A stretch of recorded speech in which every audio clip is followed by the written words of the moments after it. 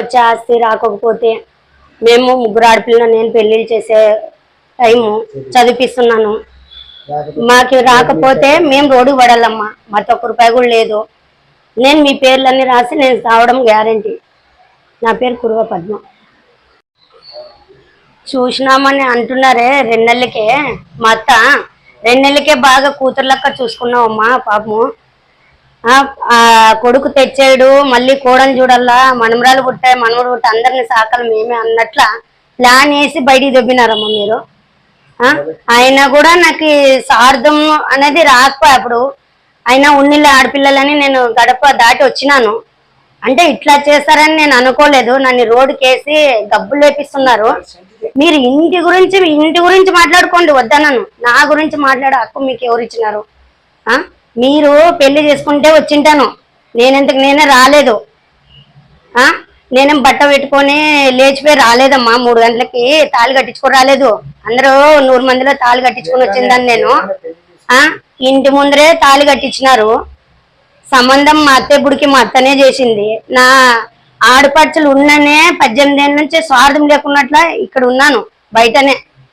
ఆ స్వార్థం ఉండింటే నేను మిమ్మల్ని దుబ్బి ఉంటుంటే కదా. నాకు హక్కు ఉంది కదా ఇంటి కోడలుగా. ఏమున్నా మీ అన్న ఇల్లు ఇస్తే తీసుకొని మీరు భాగాలు ఏమని చేసుకోండి. నాకు ఎటువంటి సంబంధం లేదు.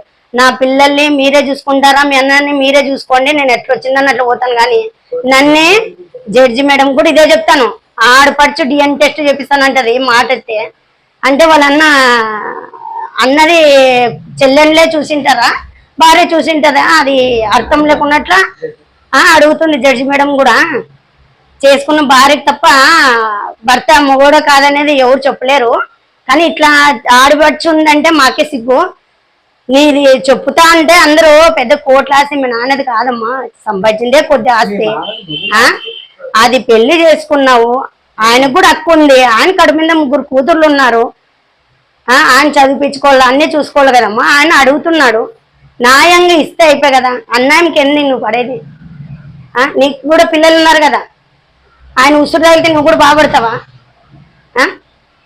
ఆయన పెద్ద దేవునే మోసినాడు కదా ఉలిగమ్మని. నువ్వు అంత సతాయిస్తున్నావు. రక్తం చిందే తట్లా కొట్టుకున్నా కూడా నీకు కొద్దిగా కూడా మా అన్న అనేది సెంటిమెంట్ లేకున్నట్లా.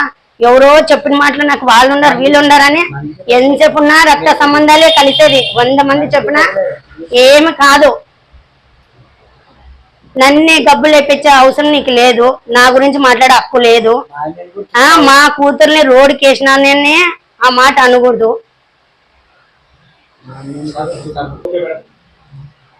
నాకు 3 కూతుర్లు అన్నారమ్మా.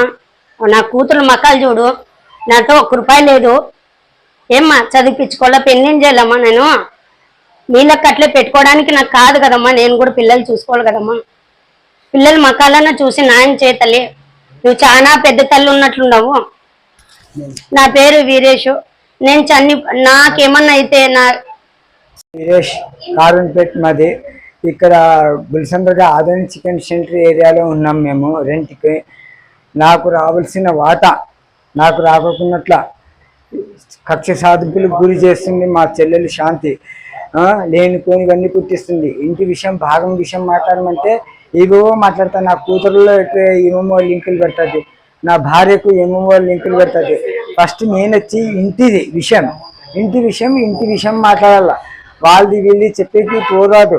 నీకు ఎవరు ఇచ్చినారా హక్కు? నా కూతురు నాన్నమని చట్టం ఇచ్చిందే. నా కూతురు నా భార్య నాన్నమని నీకు ఎవరు ఇచ్చినారా? ఆ రాజ్యాంగంలో నీకు చెప్పమని అట్లా వల్గర్గా మాట్లాడమని. నువ్వేం మాట్లాడుతావు మాట్లాడు. జడ్జి మేడంకి ఎవిడెన్స్ దొరుకుతాయి. మీడియాకి నువ్వు ఏమన్నా మాట్లాడు, ఎవిడెన్స్ దొరుకుతాయి. మాకు ఇది జడ్జి మేడం దగ్గర పెడతాను, ఎక్కడైనా పెడతాను. నువ్వు మాట్లాడు, ఏం మాట్లాడతావు మాట్లాడు.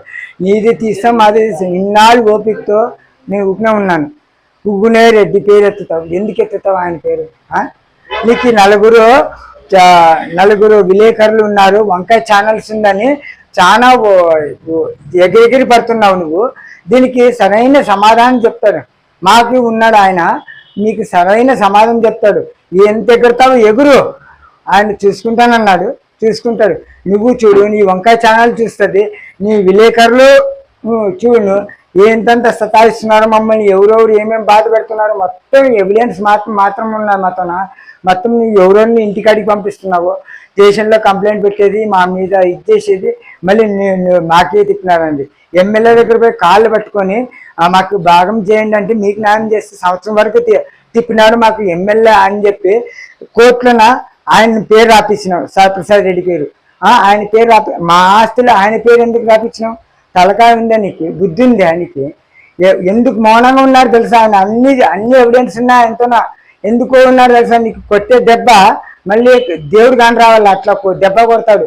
నువ్వు చేసే ప్రతి ఒక్క విషయము ఆయనకు అంతా తెలుసు. నువ్వు ఎవరిని కలుస్తున్నావు, ఎవరిని చేస్తున్నావు అంతా తెలుసు. ఎందుకంటే నేను మౌనంగా భరిస్తున్నాను. మొన్ననే రక్తం ఎక్కువైంది, కారిపోయింది, నెత్తి కొట్టుకొని.